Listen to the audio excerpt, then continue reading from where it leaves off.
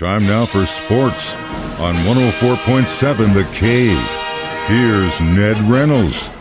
Mike, the intern, Ned Reynolds. It is Red Friday, and the Chiefs head west to Los Angeles to face off with the Chargers. Everyone's going, but not everyone's playing. That is the case. Everyone will go. That's part of their contractual arrangement, unless they're ill or injured or something like that. But other than Patrick Mahomes not playing, there's really no definitive word on who will and who won't. It's probably going to be what Andy Reid said earlier this week. He's going to rotate the lineups. I'm sure the guys who have incentives in their contract to play a certain amount of time, like Travis Kelce and maybe a Chris Jones and people like that, although Jones is pretty iffy. He has a groin injury, which is nagging. It's kind of a chronic thing. He's had it for years. Yeah, I was going to say, it seems at one point at every point of the season we're saying, hey, he's kind of dealing with that groin. He's a large human being, and people who are active like that, that can happen. But over and above that, he'll play next Sunday if he doesn't play a little bit against the Chargers. But I think we'll probably see a combination of rookies and guys who probably don't play a whole lot this year. Maybe the Ross kid who's had legal problems as well as physical, he might get in there.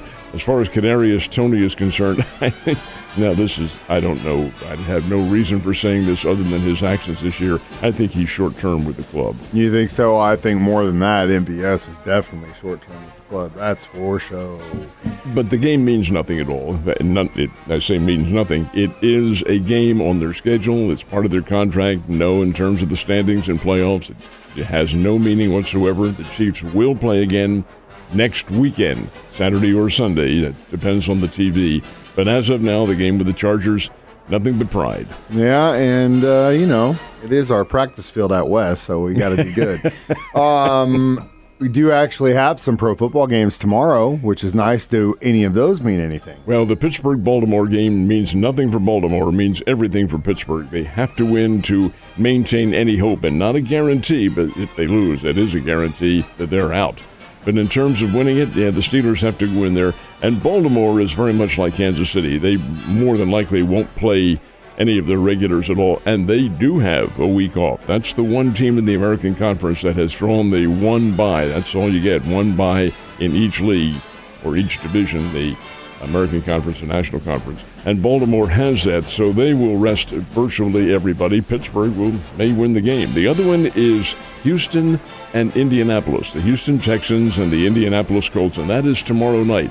And this is a winner-take-all as far as the playoffs are concerned. Loser, sayonara for the winner, on to the next round. And that could be, Mike, it depends on the formulas and the way they work it, but it could be the Colts playing the Chiefs. That is a possibility. Man, if you remember, you probably don't want that, but I do remember it. No, I'm not. I know you remember. I'm talking out to the kingdom. But a lot of people get down on Missouri State Bears football, and they don't have a lot of great winning seasons as of late. But they also have to consider the fact that the Missouri Valley is a very tough place to play. So much so, in fact, that one of those teams usually makes it to the national championship. How about for the last 12 straight years? That's what I'm saying, man. 12 straight. Now think about that, folks. The FCS, or 1AA, it's only a half a step below the big time, or what is considered to be the big time in college football. 1AA is pretty damn good. I don't give a doggone what anybody says. It is really good football. It is, from a depth standpoint, there's the difference. You don't have the bench strength that the big clubs do. But 12 straight years, the Missouri Valley Conference has been represented in the championships. This one coming up here is South Dakota State. They're the defending national champs. 9 of those conference titles, 9 of those 12, have been won by North Dakota State, and they were the contender last year, and South Dakota State beat them. Think about how that conference is, folks. That is a very good league, and any number of guys who you see on TV have played in the Mo Valley. It is a very good level of competition. The game coming up Sunday, South Dakota State, Montana, will match two of the premier teams in all of FCS, or 1AA. South Dakota State we know about. The Bears played them. Montana, the Bears play in the opener next year in Missoula, Montana. The Montana Grizz, get this, Mike. In the state of Montana, and that's big sky country out there, Montana and Montana State are the two major institutions. There are no pro teams in Montana, none. And the focal point for the citizenry out there are those two schools. They average 20,000 a game. 20,000 people going a game. If we saw 20,000 here, folks, we'd throw a grand parade and celebrate for a year. This is amazing. It's a big deal. Yeah. But I do think South Dakota State, they're only a 13.5-point favorite. Oh, wow. Going into this game, Lady Bears had some action last night. They were at Great Southern Bank Arena. How many people showed up for that game? Less than 2,000. Golly, man. Go watch a game.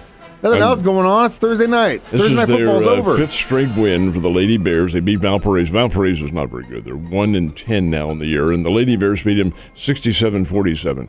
But, Mike, and I've said it all along, does anybody even know about it? That's just the marketing campaign. I'm down on the whole thing. The Lady Bears play well. They're a good team. That's their fifth straight victory, and that's their largest margin of victory this year. They have some big games coming up, and they're a good team. Beth Cunningham's done a very good job of coaching this ball club. Same with Dana Ford. But you've got to get some people out there to watch. That's the key right there.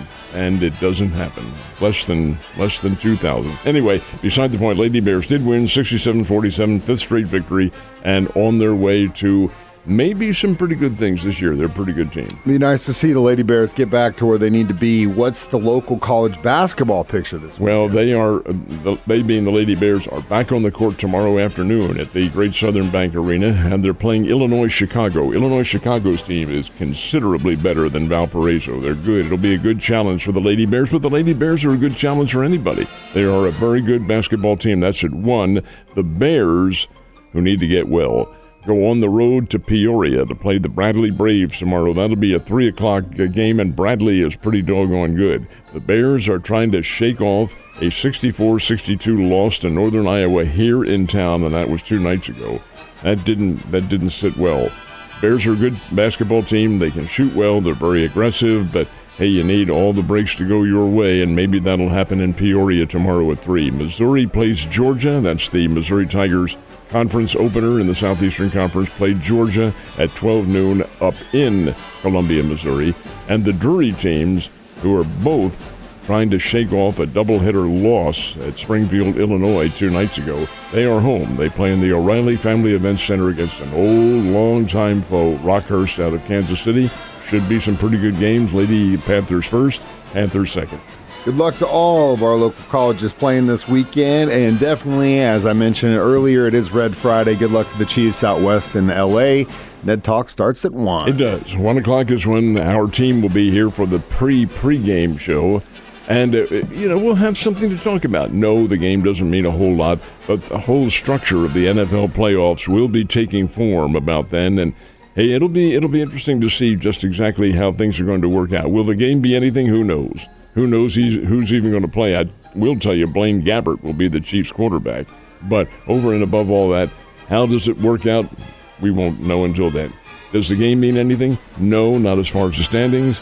But from a pride standpoint, it does. The Chiefs have won the AFC West for 8 straight years now, and they want to continue that scheme they already have for this year. But it'll be a nice little test to see how the regulars play. And I definitely can't wait to hear the conversation between you and the B team, and more specifically Josh on his thoughts on that college football game on Monday. They won't be very good. No, they won't. But it's still insight either way, and I can't wait to hear it, Ned. You have a great weekend. I'll see you on Monday.